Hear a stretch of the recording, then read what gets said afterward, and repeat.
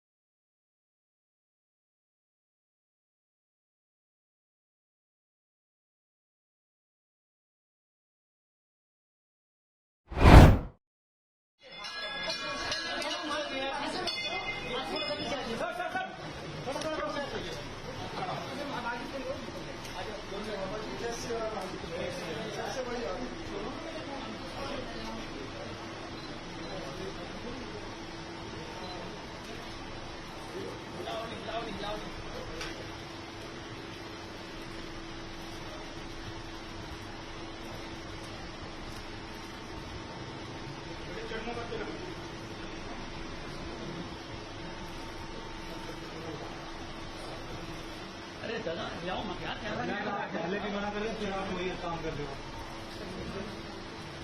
इतना कैमरा आके बताओ, पीछे कर दो।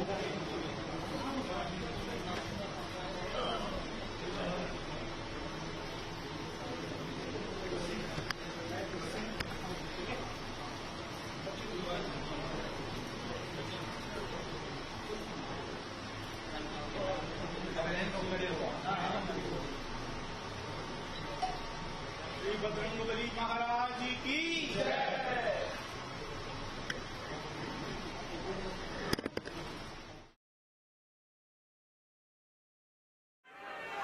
भारत माता की, भारत माता की, इनकलाब, वंदे। दोस्तों, माननीय सुप्रीम कोर्ट ने मुझे 21 दिन की मोहलत दी थी। मैं तहे दिल से सुप्रीम कोर्ट का शुक्रिया अदा करना चाहता हूं, बहुत बहुत। उन्होंने चुनाव प्रचार करने के लिए मुझे ये मोहलत दी थी। 21 दिन कल पूरे हुए। अब यहां से मैं सीधा तिहाड़ जा रहा हूं। ये 21 दिन मेरे लिए बहुत विस्मरणीय है। मैंने एक भी मिनट खराब नहीं किया। रात दिन 24 घंटे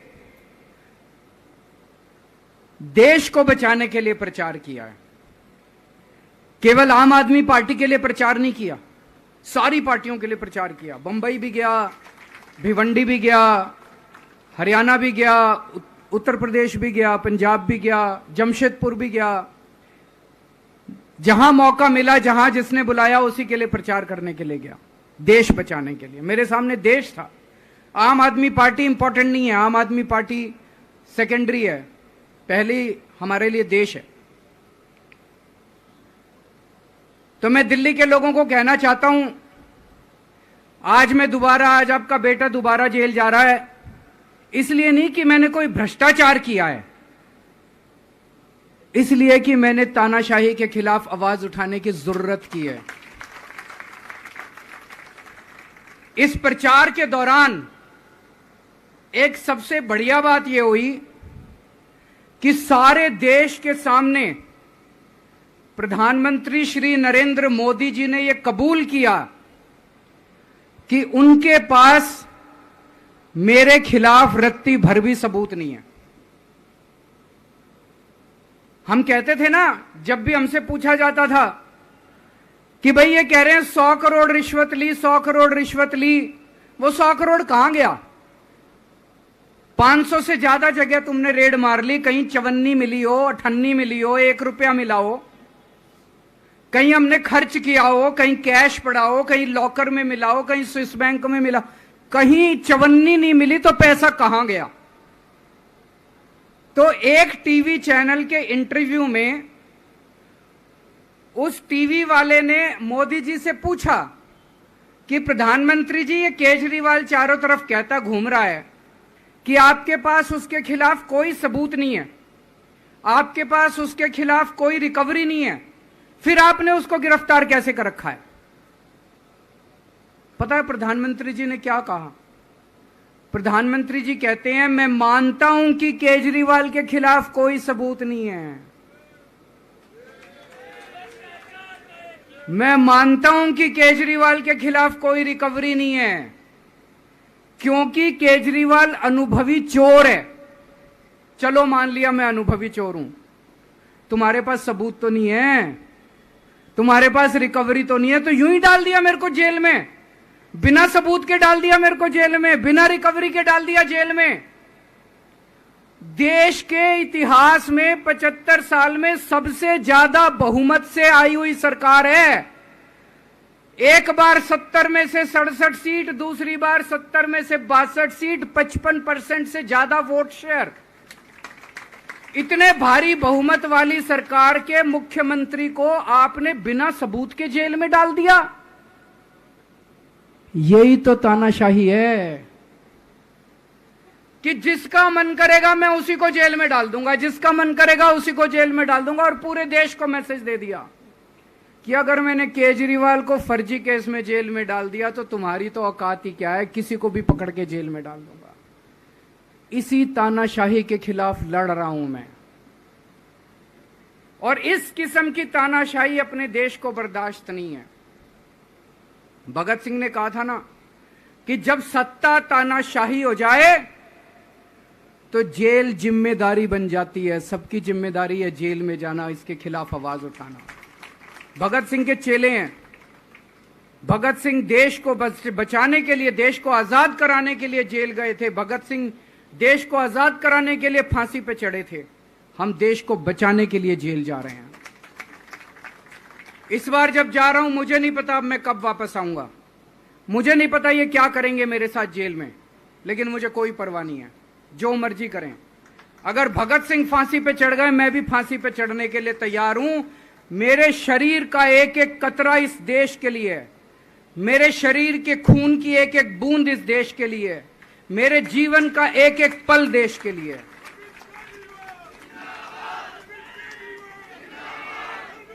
अभी मैं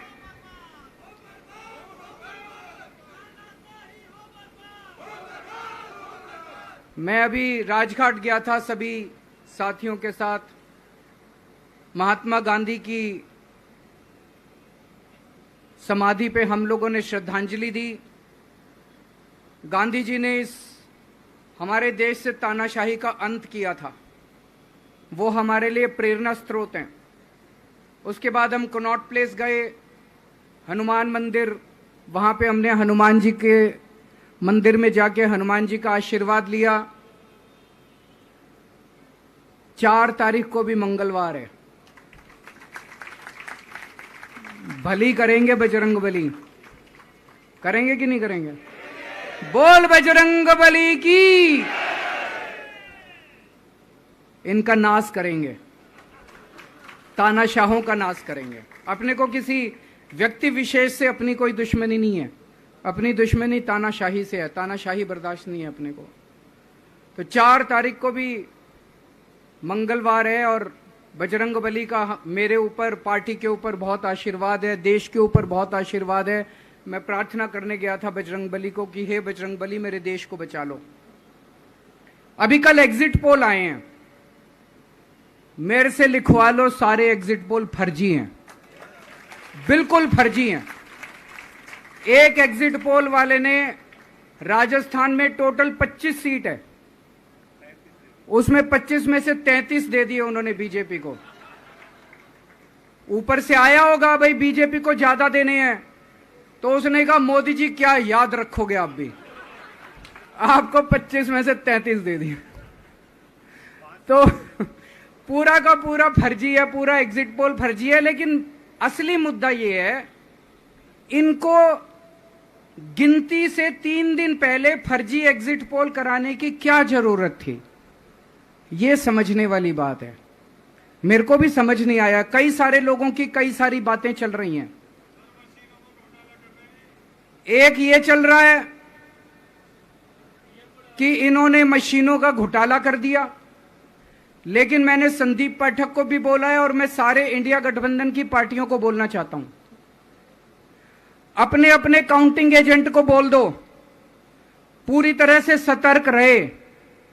आखिरी तक अगर हार भी रहे हैं तब भी उठ के ना आए। कई बार क्या होता है, 1 राउंड में, 2 राउंड में, 3 राउंड में हार गए तो उठ के चले जाते हैं। उठ के नहीं जाना, सबसे लास्ट में रैंडम जितने बूथ होते हैं, ईवीएम मशीन होती है, उसकी पर्चियां पड़ती हैं। उन पर्चियों में से 5% पर्चियां उठाई जाती हैं। उन 5% ईवीएम की मैचिंग वीवीपैट की स्लिप से कराई जाती है। वीवीपैट पे जो स्लिप है उसकी काउंटिंग होती है, जैसे बैलेट पेपर की काउंटिंग होती थी, और उसकी काउंटिंग और ईवीएम की चेकिंग होती है दोनों की। एक भी मशीन अगर मैच ना करे तो वहां चुनाव रद्द कर दिया जाता है। तो अगर आपने ये चेकिंग कर ली वहां पे, तो इसका मतलब फिर ईवीएम का घोटाला हम बचा सकते हैं। फिर ईवीएम के घोटाला अगर कर रखा इन्होंने तो हम उसको एक्सपोज कर सकते हैं। तो सब लोगों ने लास्ट तक रुक के, आपका कैंडिडेट हार भी रहा है तब भी आखिरी तक रुक के आपको ये ईवीएम की चेकिंग करा के आनी है, ईवीएम और वीवीपैट की मैचिंग करा के आनी है। एक थ्योरी ये चल रही है कि इन्होंने इतना ज्यादा सीटें इसलिए दिखाई क्योंकि इनके लोगों ने शेयर मार्केट में इन्वेस्ट कर रखा है, और कल जब शेयर मार्केट खुले तो बम्पर होगा, तो ये अपने शेयर बेच बाच के खुद तो निकल लेंगे। बाकी एक थ्योरी ये चल रही है कि अफसरशाही पे दबाव डालने के लिए अगले 3 दिन में अफसरों से उल्टे सीधे काम कराने के लिए एक माहौल बना दिया गया। भाई आ तो हम ही रहे हैं, तो हमारी बात मानो, उल्टे सीधे काम करो, काउंटिंग में गड़बड़ कराएंगे, सब कुछ करेंगे। लेकिन फिर से मैं कह रहा हूं, अपने को, अपने काउंटिंग एजेंट, एआरओ, सब आरओ, सब लोगों को अपने को ट्रेन करके भेजना है और अपने को चौकन्ना रहना है। बाद में हम कहते रहे इन्होंने ये कर दिया, उसका कोई फायदा नहीं होगा। अभी अपने को चौकन्ना रहना है। एक थ्योरी ये चल रही है कि अगर इन्होंने कल ही कम सीट दिखा दी होती एग्जिट पोल वालों ने, तो हो सकता है कि इन दोनों के खिलाफ आरएसएस में और बीजेपी में कल ही बगावत शुरू हो जाती। 4 तारीख तक इंतजार ही नहीं होता, हो सकता है। तो कई सारी थ्योरी चल रही हैं, लेकिन अपने को सतर्क रहना है, चौकन्ना रहना है। मेरा अपना मानना है कि 4 तारीख को इनकी सरकार नहीं बन रही है।